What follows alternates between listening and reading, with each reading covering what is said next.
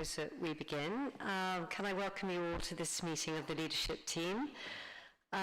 Just to say, could you turn on your microphone when you are speaking and turn it off when you're no longer speaking?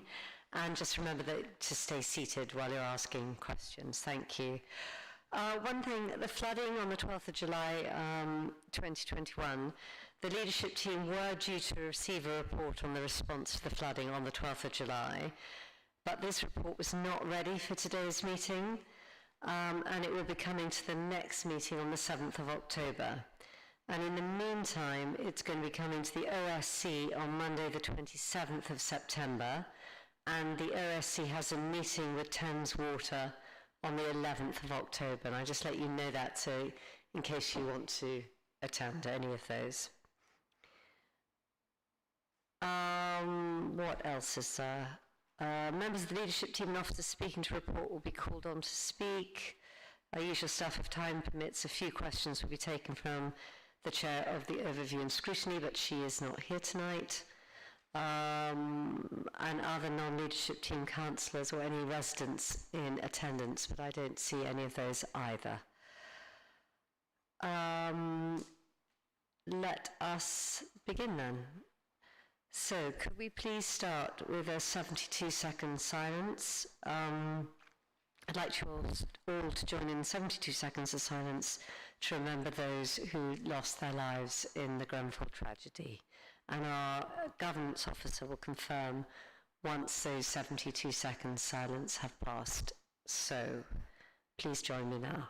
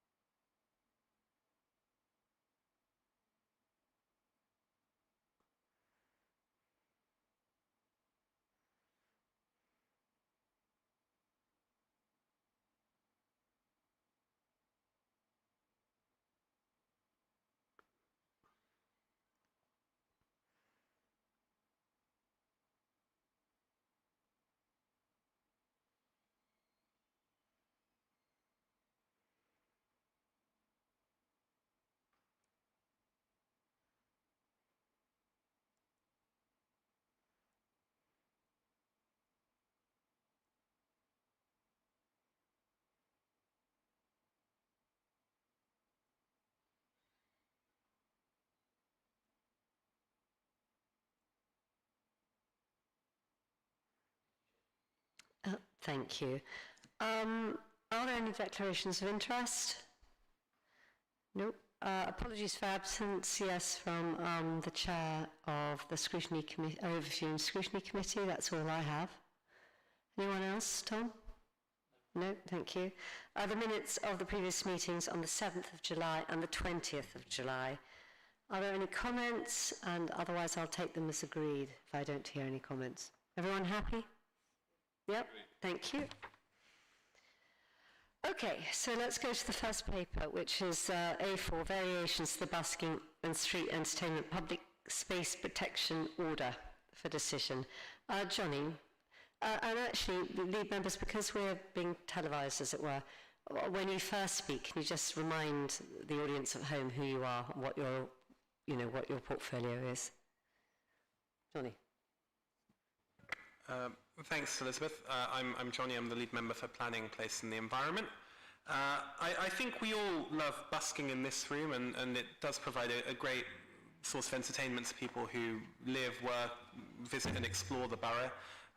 So really this paper is just about seeing how best we can manage some of the busking that we do have. We want to make sure that it's all high quality, make sure that everything is done in a way that is sensitive to residential amenity. We know that the existing busking PSPO has got a lot of support from people who live in the borough. I know it does from the institutions on Exhibition Road as well, for example, so some of the major cultural attractions in Kensington and Chelsea from all over South Kensington. So I think it's a useful way of seeing how we can ensure that busking continues to be of that quality and that it doesn't impact amenity for our residents and our institutions. But it's up to lead members to decide whether this is the correct approach and how we feel about taking something like this forward.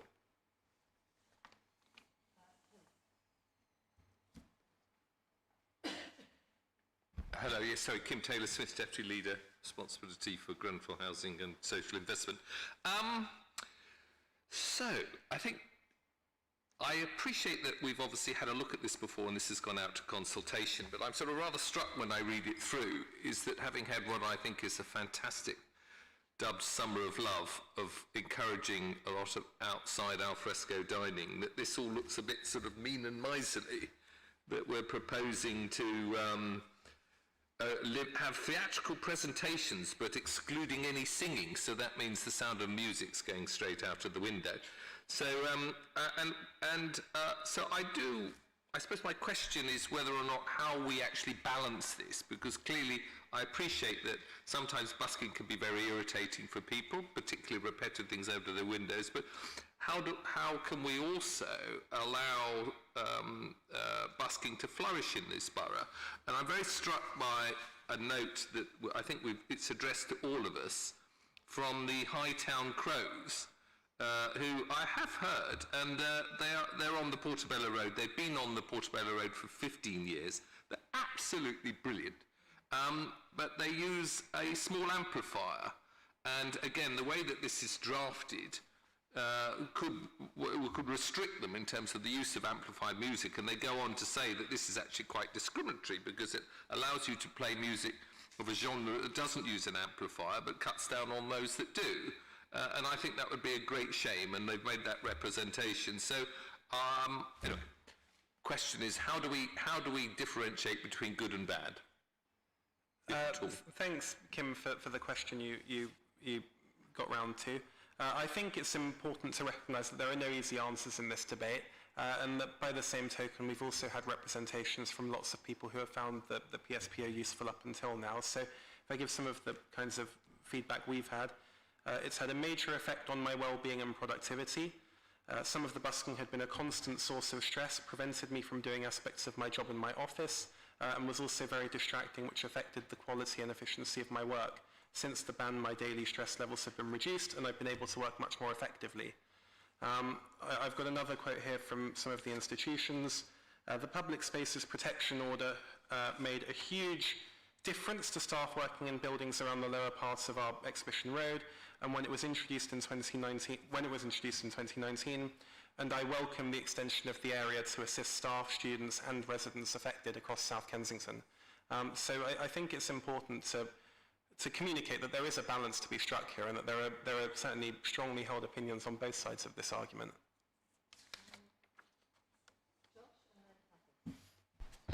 Thank you, everyone. I'm Councillor Josh Rindle, and I'm lead member for Family and Children's Services.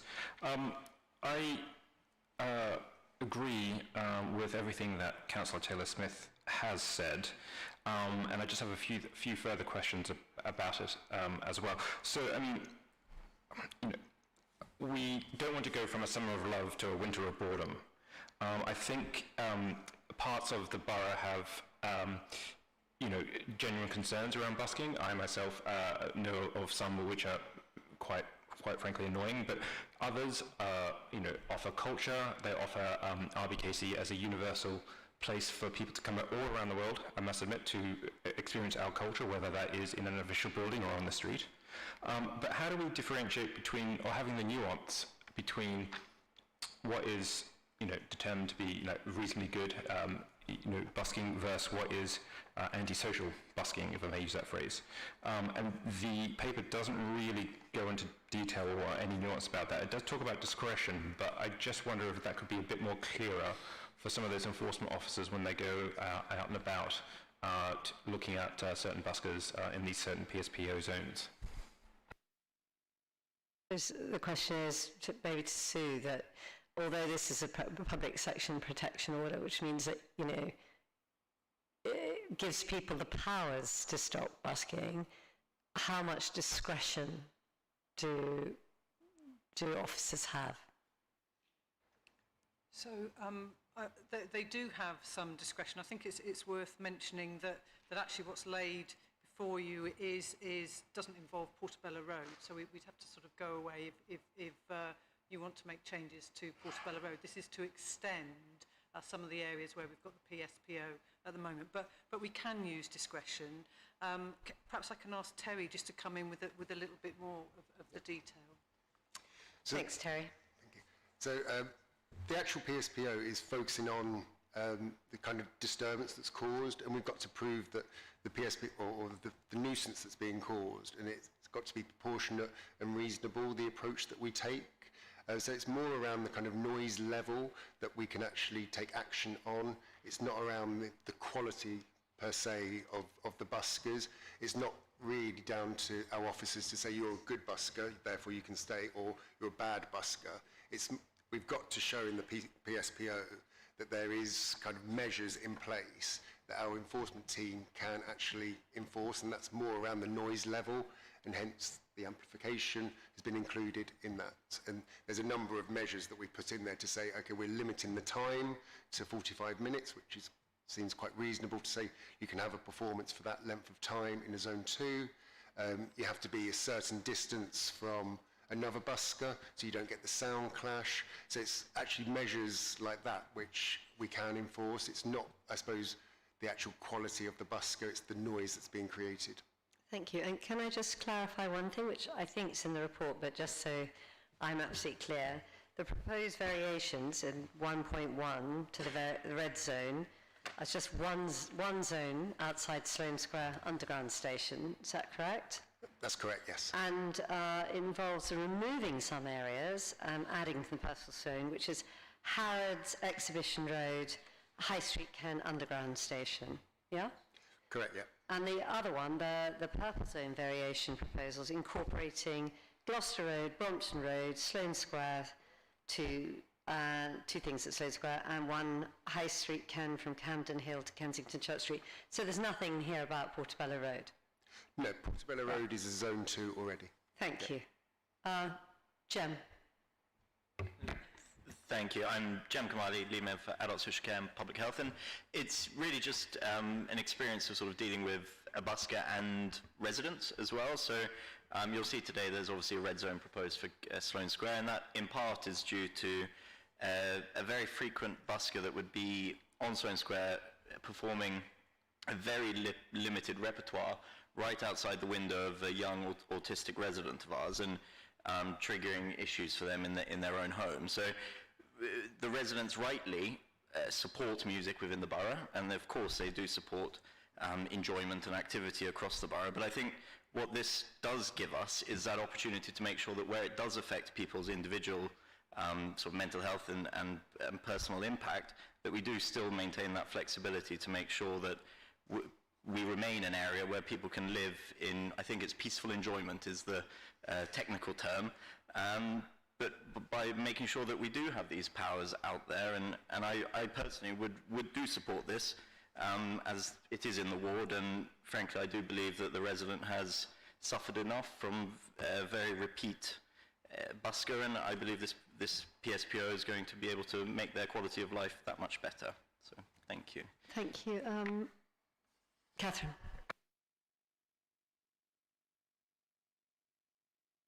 Looking now. Oh, hello. I'm Catherine Folkes. I'm the lead member for Economy, Employment and Innovation. I just wanted to say that I agree with what Councillor Rendell and Councillor Taylor-Smith has said, that of course I absolutely appreciate for some residents this is absolutely maddening, especially when the same song is repeated and repeated very badly all the time. And I presume there's a way, I don't know, is there a way that the people who, like the person you just mentioned, Councillor Kamali in Sloane Square, can they actually be banned from busking? I mean, is there, to actually stop the really bad ones coming? But I think from a sort of entrepreneurial entrepreneurial point of view is where I'm coming from. I too have been infected by the Summer of Love and the KNC Festival, and I know how much the festival has been appreciated all around the borough for people enjoying sort of things popping up and music popping up. And I've enjoyed, you know, jazz on Duke of York Square and things like that. So I think we really, I do get the issue, but I also think we want to be quite nuanced about it and maybe have some get-out causes if somebody does want to do sort of something bigger or louder, maybe not all the time on all occasions. And I just want to stress that I'm glad the Portobello Road isn't included in this, because I think that the busking, although again there are some very bad and quite annoying buskers on Portobello Road, there are also some absolutely fantastic ones, like the one that that wrote to us all, and also another one you may or may not be aware of called Flight, who I remember from about 10 years ago, who are now a really successful pop group, and they started on the Portobello Road. So, you know, this is talent that we've nurtured on our streets, and it's a real opportunity for our local creative people to be able to get out and perform where they might not be able to otherwise. So it's sort of, you know, I can see why it's there, but if there's a bit more that we can push on discretion and nuance and maybe just completely banning people who are not good buskers, then I'd appreciate that. Thank you. Can I just point out, 1.15, the PSPO permits live music performance as part of an organised community festival or community event, such as the KNC Festival, so that would be allowed to go on. Secondly, if you look at the areas where we're proposing that the variations are, actually Duke of York Square isn't part of them, so it wouldn't be part of it. Anyway, who's next? Mary. Mary Wheel, lead member for Finance and Customer Access. I just wanted to support most facets of this, because I think the PSPA actually started in my ward, because some of my residents, I mean, Johnny's read out a few examples of what people said, but it was much, much worse than that. I mean, people were tormented by people playing bagpipes, the same tune on bagpipes outside their window day in, day out, and it's really just not fair. And this helped enormously, and you know, I used to get floods of regular sort of buckets of complaints, and that has all faded away in this area, and we're very grateful for it. And I think there are other areas which are clearly crying out for this as well, and I think if some of that nuance can be taken on board, on the whole, I think the list of stipulations, for example, in the purple zone are pretty fair. I mean, not more than 45 minutes, then having to move 100 yards away. It stops that endless sort of pressure and repetition. So I think I am very happy to welcome this. Thank you. Any other comments? No? Terry, can I ask you one thing? I think obviously people are a bit concerned. The guy who wrote in, fair enough, he said that he only had a very small amplifier. Is there anything we can do beyond, I mean, halfway down 1.4, which says buskers and street entertainers shall not use any amplifiers, and then the paragraph next down says, shall ensure that sound levels are not intrusive. Is there anything we can play around with, not play around, but draft slightly differently? For example, if you took any out, would that give flexibility that people, if they had a small amplifier of whatever it was, would that work or not? We can definitely look at that option to see whether there's kind of a maximum size of amplifier, because I know the Hightown Crows refer to a certain size amplifier, so we could definitely look at that as an option, yes. Okay. No other comments? Anything you want to add, Johnny? No? Okay, let's see who. Shall I ask who's in favour and who'd like it to reject it? I can do that, or Kim? Well, I'm not inclined to reject it, but I think the point on the amplification and how we put discretion in this is quite important. And I would certainly personally support this, but with maybe a little review, whether or not it needs to be just tweaked and come back, I don't know. I'll leave that obviously on your question. So, as I say, the amplification point and the discretion is most important. Thank you. Thank you. Catherine? I was going to make the same point as Councillor Taylor-Smith, actually, that I didn't want to reject it, but vote with a sort of a small reworking of it. Thank you. Josh? Yes, thank you. So in principle, I do agree with the zones, purple zone and red zone being extended. However, I agree with my colleagues that I think it perhaps needs to come back with further nuance and further discretion and further points that our questions and our concerns will be resolved and we have answers to those. Anyone else? Anne? So I would agree with that as well, because I was concerned about the small amplifiers and you know, and I'm not an expert in music, but what I read was that it would restrict certain types of music, and I'm just worried about diversity and people being able to express themselves. So subject to what Kim and Catherine have said, I would be happy with it, but I don't know whether that means it has to go away and come back, or we have to discuss it again. So I'd want to hear from the officers on that. Yeah, Terry, can I ask you something? The PSPO came in July 2019, right? So all we're saying is all this has already existed, and all we're doing is extending it to certain areas where there has been a specific problem. Is that correct? Yes, that's correct. So we're extending some of the red zones and some of the purple zones. Okay, so for the last 2 years, we've had these red zones with all this amplification-y stuff, which has existed already.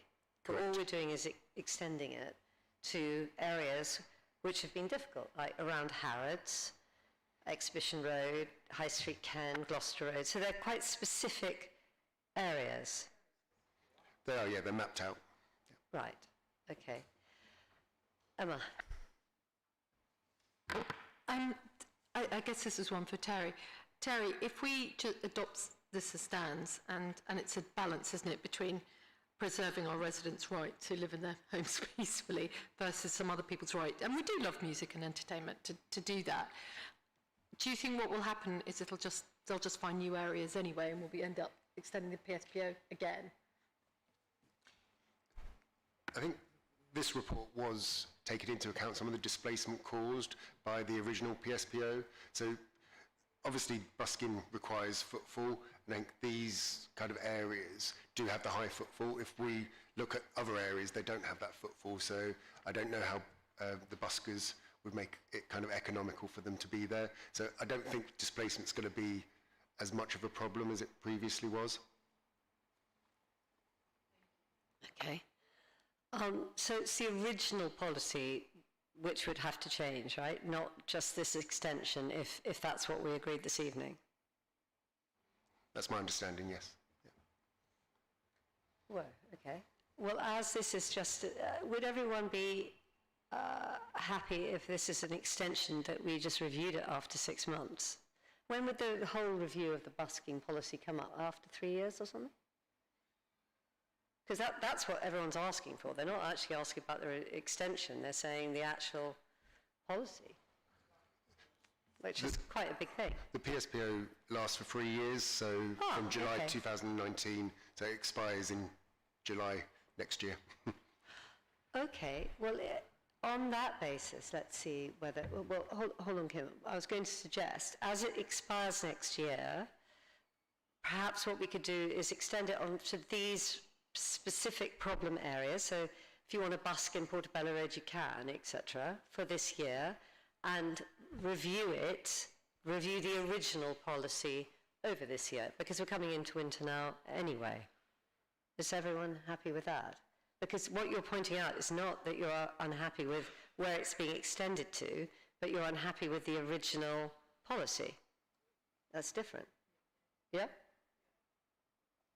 So Kim, and then well, I just really wanted to seek clarification for the statement that Terry's just made, because I mean what the recommendation is to accept the variations that are included in the appendix report, and there's a lot of comments in the appendix report in favour and against things such like amplification. So are we absolutely sure what we're looking at is just a variation in area, which I wouldn't have a problem with, a variation in area? Where I do have a problem is if we're casting in stone the issue that's concerns we've raised about such issues as amplification. Terry? Thank you. Yeah, so the report is recommending an extension of the areas, and that is the only recommendation. Okay, so on the basis this is recommending a variation of the areas and that a review of the original policy will come up next year, and you can look at that, are you happy to agree this paper? And if you're not, please say so. Yeah? Okay. Thank you very much. Right, what's next on the agenda? Ooh, sorry. Sorry, I'm looking at the wrong thing. Options for a new business improvement district for Kings Road. Catherine. Thank you. So this has come before with the Brompton Road bid. This is the second of 3 bids that are going to be proposed in the borough. The Brompton Road bid is already going ahead. The Kings Road bid is actually being led by the Kings Road Partnership business, which was Cadogan pulled together a group of businesses to work on that. And I'm pointing that out because that's slightly different to the High Street Kensington bid, which is the next paper that we're coming along to. And what we're doing here today is just to say that we all agree that we recommend that the council goes ahead to agree this proposal, to hold a ballot for it. I think we all understand why bids are very good things for this borough and why we're positive about getting them to happen. A bid brings together a group of businesses in one area to get them to work together, but obviously speaking with landlords, residents, representatives of the authority, bringing everyone together to actually have a vision for that high street that can work, and it's mapped out in this paper, the different areas specifically in this bid, which is supporting COVID-19 recovery, destination marketing, so promoting the whole area of the Kings Road to get more visitors there, to improve the quality of the street and the environment of the street, and to work with partnerships and collaboration, and also importantly that a bid can help businesses inform each other as to support they might get from each other, but also from outside bodies. So the one thing I would like you to look at is point 4.10, which gives you the timings on this bid. The timings are tight because, as it's noted afterwards, that they, on the day of the ballot, there must have been at least 28 days after the publication of the notice, and I think we're on about 29 or 30 days in this. So we just have to be slightly aware of that and hope it doesn't slip. So I'm happy to take any further questions, as I'm sure is Sue. Thank you, Catherine. Councillor Rendell, lead member for Family Children's Services. I do have a question. I'm conscious that once the bid is in the process of the people who run the bid, it's out of the council's hands. But I do have a question regarding in the Kings Road bid under section 4.6.5. I hope perhaps yourself or Sue perhaps may be able to provide clarification. It says provide a weekly political newsletter. And I'm not entirely sure what political in this interpretation means, although I don't think we necessarily want to encourage, or I'm not personally comfortable with, bodies, perhaps not in the political arena, running political newsletters. Well, thank you for picking that point up. I mean, the point about a bid is, of course, that it will not be in our hands. It will be run by the Kings Road Partnership or whatever company they decide to set up to run it. So I don't really know why whether they'd want it to be political. Cadogan are very much going to be at the centre of this, and we work very closely with Cadogan. But I think what we have to accept by doing a bid is that we can't control them politically. That's the way, we are handing it to the businesses to make those decisions. Sue, I don't know if you want to add. Yeah, we can certainly take that away and speak to Cadogan. My reading of it was that it's more about current affairs rather than political with a small p potentially. But we will take that away. But I think it's more just giving businesses updates on any government changes or policies that are relevant to them. Anne? Thank you. So thank you for this, Catherine, and I've been quite involved with the Kensington High Street one, and I really welcome this, and I think it's important that we do support our high streets. I guess I just wanted to follow up on what Josh has asked, which is the involvement of the council. So how involved will we be? And these are very different streets, High Street Ken and Kings Road, and I can see how the Kings Road one could fly, you know, if we approve it and it goes ahead. But the High Street Ken one might need a little bit more support. So how can we, you know, we want this to be a success. What can we do to help it? Thank you very much for that question. Shall I talk about the next paper as well in conjunction with this one then, the Kensington High Street? Well, shall we take Kings Road and then move on? Or I suppose it's a generic question though, isn't it? Why It's didn't the you same answer it question now for both, anyway? I guess. I can ask it again when we get to the next paper too. Yes, I was only saying that because I think our involvement will be is slightly different on the Kings Road one as it is to the Kensington High Street one, because the Kings Road one has very much been set up by the Kings Road Partnership and been led by Cadogan, whereas we've very much been the people who have been promoting the High Street Kensington bid along with the Kensington Business Forum. So we've very much been supporting them with it. So there's a slightly different answer. But I guess for the Kings Road one, what will, I mean, assuming that it all goes ahead as described, what will we need to do to support it? Well, once it goes ahead, you mean once it's gone ahead to support people voting for it, or after it's been agreed? After it's been agreed. Okay, so after it's been agreed, obviously they will come up with various proposals that they might want to do on the King's Road, and then it will be, they will have to come to the council for permission in the usual way. So if it was a change they wanted to do to the public realm or the pavements or tree planting, they would still have to get permission from the council in order to go ahead with what it wanted. So in sort of specific, those sort of things, they would have to ask us for permission. In other areas, such as if they wanted to set up their own, have their own publicity company or in marketing, then they would be able, you know, they wouldn't have to come to us. They could do that completely independently with us. So it would be on a, you know, anything that any business would have to address the council for to get permission. It would be the same with a bid. They would still have to, it would have to go through the council's normal procedure to allow that, if that helps. Yeah, no, that's really helpful. Thank you. Yeah, and I'd like to just point out in the executive summary 1.2, it says the Kings Road Partnership Business Improvement District will help businesses to engage with residents to create together improvements that benefit the whole local community.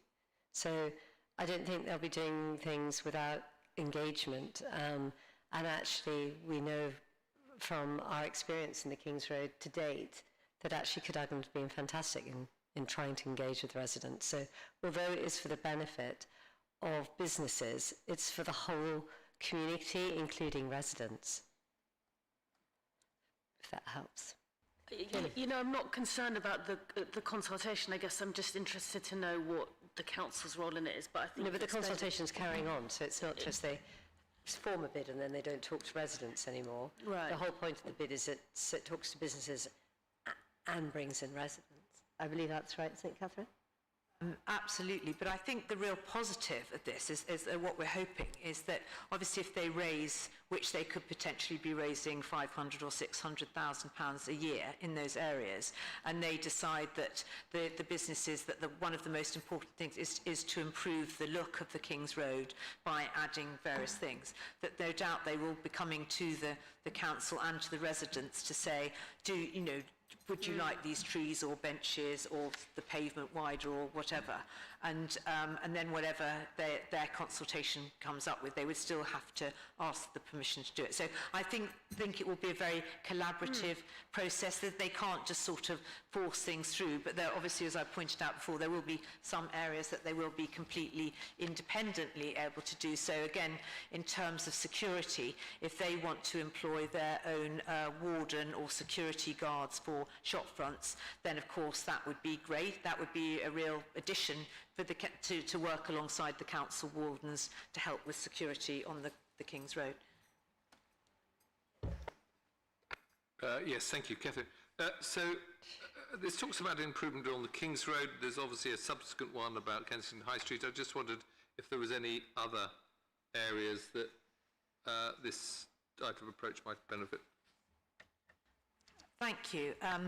I hope there will be. We've already had some interest from the Earl's Court Road. They would be interested in looking at doing a bid. And then potentially the area around Portobello and Westbourne Grove, joining that area together as well. But I've at the moment, I think for both those areas, we're watching the Kensington High Street bid, which is quite different to the other two that are really being led by larger institutions, to see how we get on and what lessons we need to learn from that. But hopefully that will be very successful and that we will be able to extend that to some other areas in the borough. Okay, thank you. As a Chelsea councillor, I certainly really warmly agree with the recommendations, but does everyone else, the recommendations in paragraph 2? Yes, everyone happy with that? Great, thank you very much. And now we come to the not the King's Road, now we come from the King's Road to Kensington High Street, and it's the same, you're asking for the same thing? Yes, I'm really asking for the same recommendation, that you support our proposal to go ahead with the bid on the Kensington High Street. Again, I just wanted to, as I've mentioned before, it's a slightly different arrangement that we're one of the sort of leading people working with the Kensington Business Forum, and I sit on the steering group of the Kensington High Street bid. I think it's going to be tougher because, as we're all very well aware, Kensington High Street has a much more disparate group of businesses and an enormous quantity of different landlords and freeholders working there, which is actually really one of the reasons that I think I want this to happen more than either of the other two, because it's the street that needs businesses to be working much more collaboratively than they are doing at the moment. So it's going to be more challenging. And when Josh, actually he said after the bid, but I think this is the one when you say what can we do to help it happen, I think as a council and as councillors we are going to have to be much more involved in actually canvassing the businesses and engaging the businesses on Kensington High Street to express to them how really beneficial this could be for Kensington High Street, and how, as a result, if the bid is approved, it could really improve that area massively in a way, actually, I think, potentially much more than it could do on the King's Road. But I think it's going to be much harder to bring everyone together in this area. Yeah, I'd just like to draw everyone's attention to Kensington the Experience, about the events programmes, about free Wi-Fi, about clean, green welcoming, signage, branding, stuff on 4.6.2, the business voice, economies of scale, business support, data and intelligence. You know, if they can get this off the ground, 4.6.3, professional marketing strategy, promoting independent business. There's so much in this that I do hope that we'll be able to support this recommendation. Are there any questions? Any other further comments? No? Here we go. Well, you're happy to support the recommendation in paragraph 2? Yes? Agreed. Thank you very much. It's very exciting. Okay, now the next paper is paper A8, I believe. Sorry, let me have a look. A6, budget monitoring. I apologise. Paper A7. So over to you, Mary. I couldn't bear for you to go past this exciting paper. I'm actually just going to say a couple of things, and then I'm going to hand over to Taran to talk through the salient points. But just to say, this is obviously very early in the year. This is the first quarter. That looks like a big overspend, but overspend is a bit of a misnomer here, really. It's an under-earn, mostly, rather than an overspend, although there are some spending pressures in here. But I'll hand over to Taran to talk you through them. Thank you, Mary. So just picking out a couple of points because I think most of the detail is within the report. So it is the first monitoring report of the year, so at the end of Q1, so it is, as Mary says, quite early stages. So we've changed the format slightly, so hopefully the first couple of pages gives the executive summary, which picks out the main points, and then the more detailed is set out in the appendices that follow. So just if I could draw everyone's attention to table 1. So we have picked, as Mary said, we've already picked up that there is across services around about a 13.3 million overspend or underachievement of income. The detail is in the appendices, but it is very much largely still the impact of COVID, and particularly around our income streams. So the first half of the year, we're still keeping a very close eye to see what happens for the remainder of the year. However, when we do account for the grant that we're getting from government for COVID and also the compensation for the income loss, that does then reduce it to an estimated 4.7 million, which is still a large sum, but very different to the 13.3. Like we said, it's still very early part of the year, and if we look back to where we were this time last year, actually the end of year position did improve as the year went on. So I think we need to keep a really close eye on those income streams, but there's still so much uncertainty for the rest of the year. However, there could well be an overspend that we need to manage at the end of the year. So we will, particularly as we get to Q2, start to look at in more detail, you know, do we want to go back around looking for early delivery of savings, or how are we going to close that gap? We always say that use of reserves is our last resort, and I think that's still an important one for us to hang on to. But let's come back at Q2, which will come in December, to have a look to see where we are.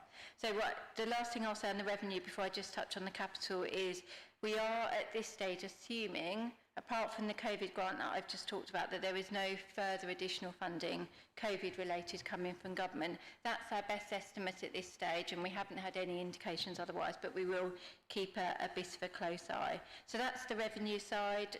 Still some eye-watering numbers that we are keeping a close eye on. So on the capital side, which we report on each quarter, we were expecting a programme of 342 million. That has reduced, so we're now only expecting to spend around 191 million. Now the full detail is in the appendices, but I just wanted to pick up, there's actually just 2 or 3 main reasons for that, which I think it's important to highlight. So the first area is around the New Homes programme. So I think certainly over the last 6 months or so, we've got much tighter in terms of the profiling. So yes, it looks like there is quite a bit of slippage, but we will still deliver the New Homes programme in the time that we've said. It's just that our profiling has got much tighter. So that's essentially the main reason. Within the children's and education space, there's a bit of slippage around Cheney Children's Centre, which is a large proportion of that, and also that's linked to the New Homes programme as well. There are some delays still from COVID. I think, you know, we're still seeing quite a lot, particularly in the school space and the maintenance.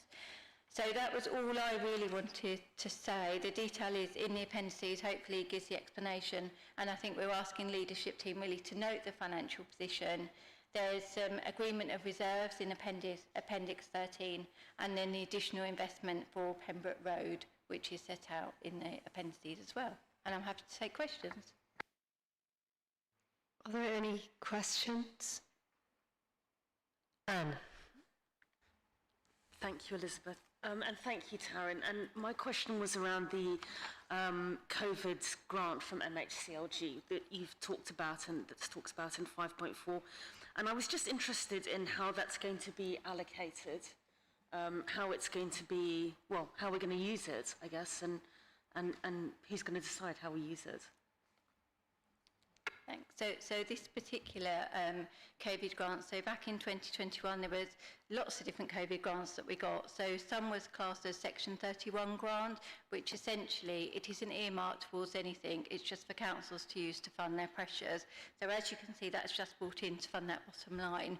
Last year we did receive a number of quite specific, service-specific COVID grants, which I think, Anne, is the question that you're kind of referring to, where they were either earmarked for particular pressures around COVID or we had some flexibility.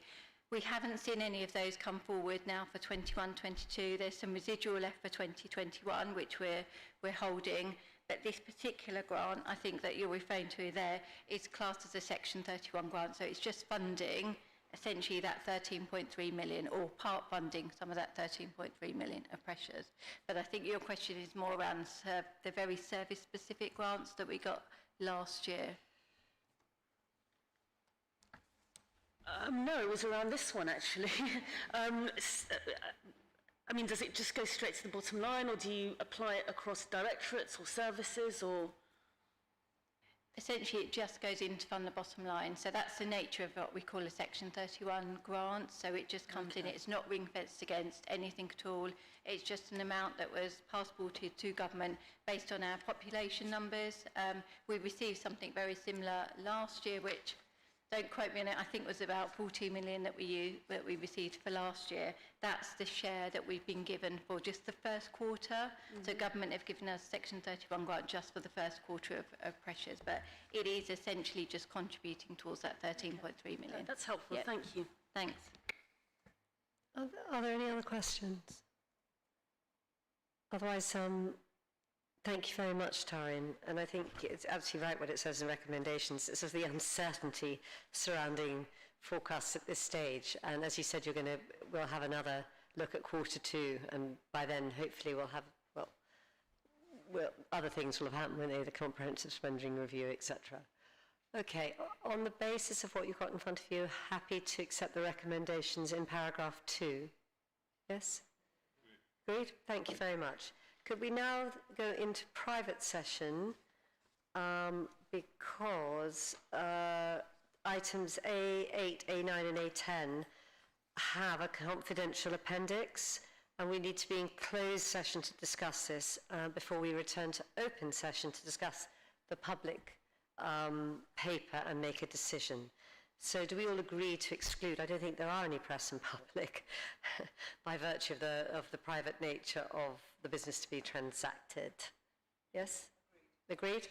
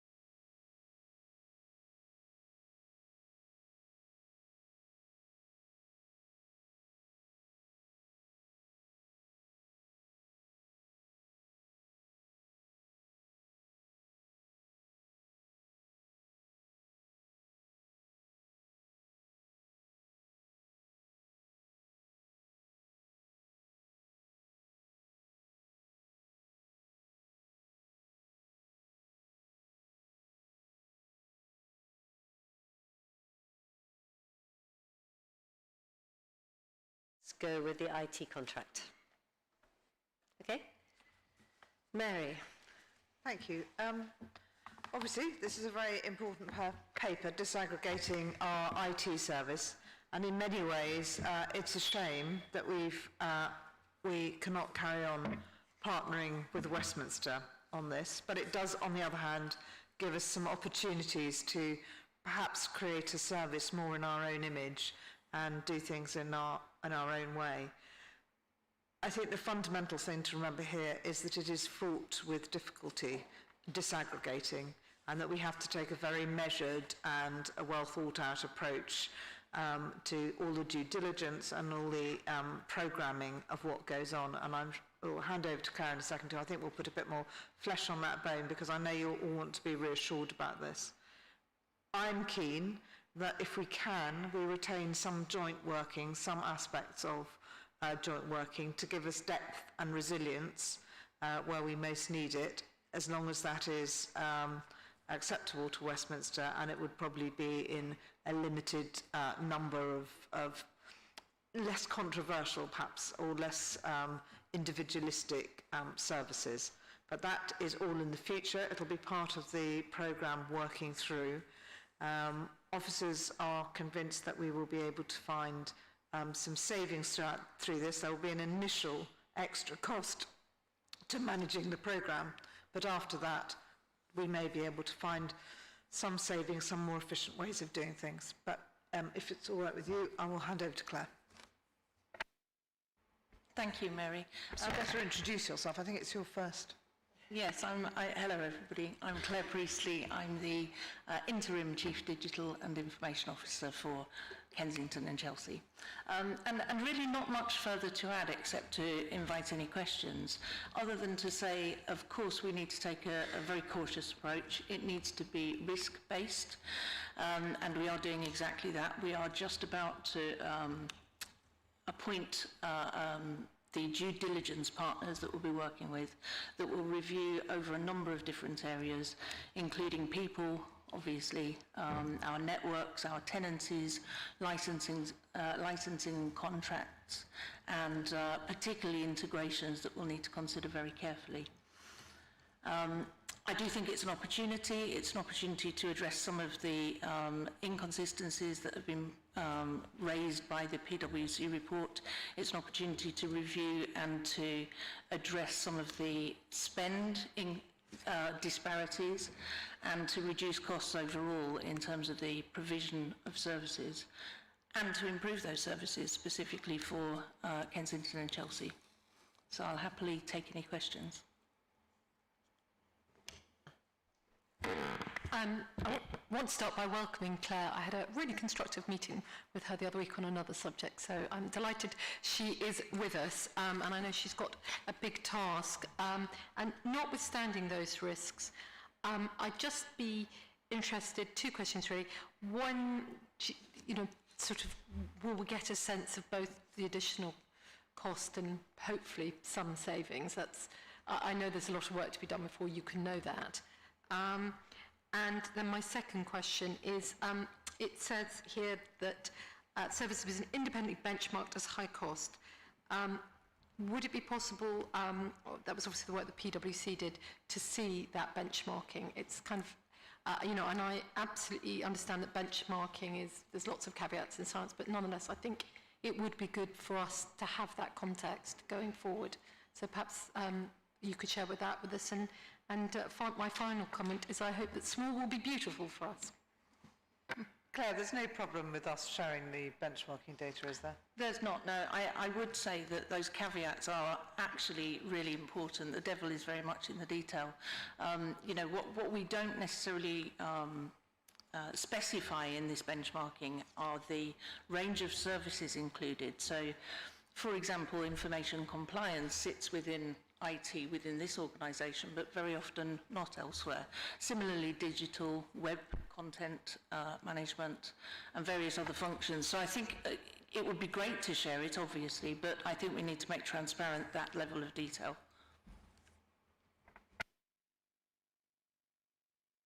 Are there any other comments or any questions? My other question was about timescales. Oh, sorry. timescales for the production of financials or for the overall implementation?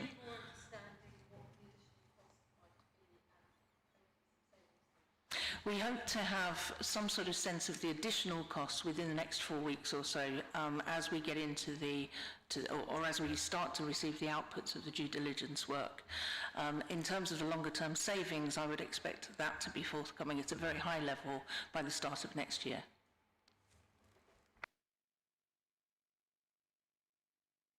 Sorry, just a quick question around sort of the risk to the council. Obviously, sort of the mantra, sort of if it ain't broke, don't fix it, doesn't quite apply here.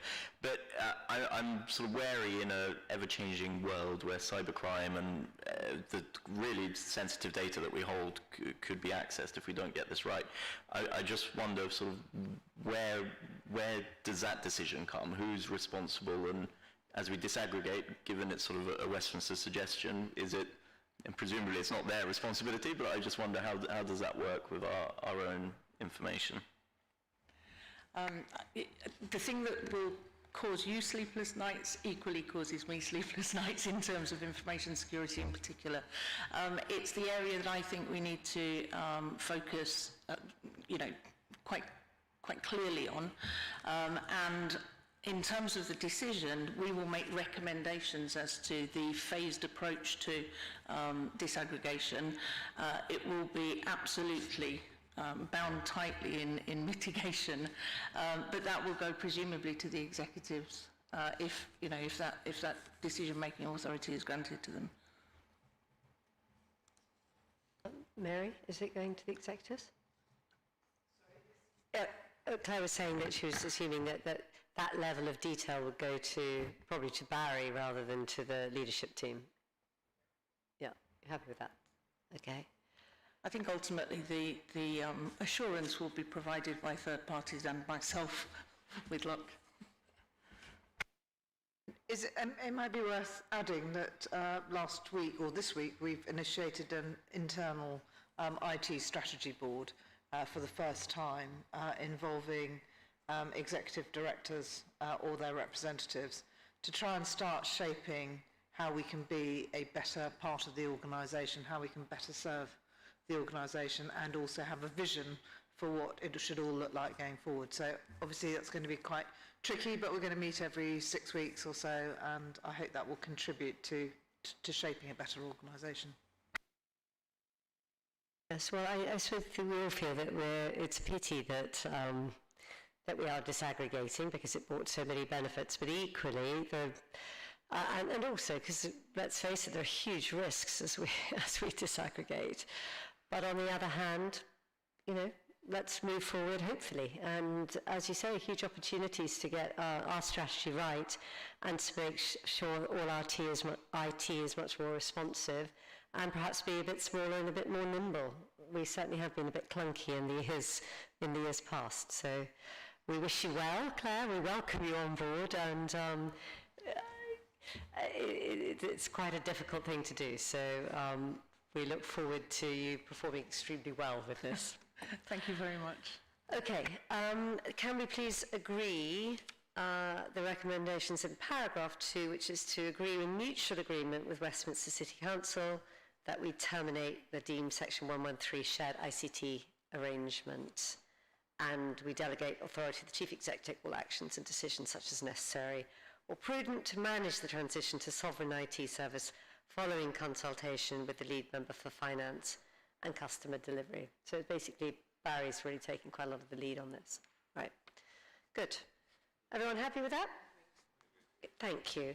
Could we now go to paper A9, which we have read the Part B confidential exempt appendix, which had information relating to the financial business affairs of people who are bidding. And is there anything, Kim, you want to add or tell us? Or Well, just very simply that this is obviously for our phase 2 of some of our programmes within the council 600 homes programme. It's a slightly shift of approach compared to how we procured in phase 1, where we used it as effectively single framework, and now we're looking at proposing to do this on an individual basis. We talked a little bit earlier, the questions were asked about the costs that we're seeing, escalating costs we're seeing in some of the contracts that were coming through, and this just gives us greater flexibility. Thank you. Do you want to add anything? No? As I said, we've looked at this in private session. Are there any other comments or anything anyone wants to add? No? You're all happy?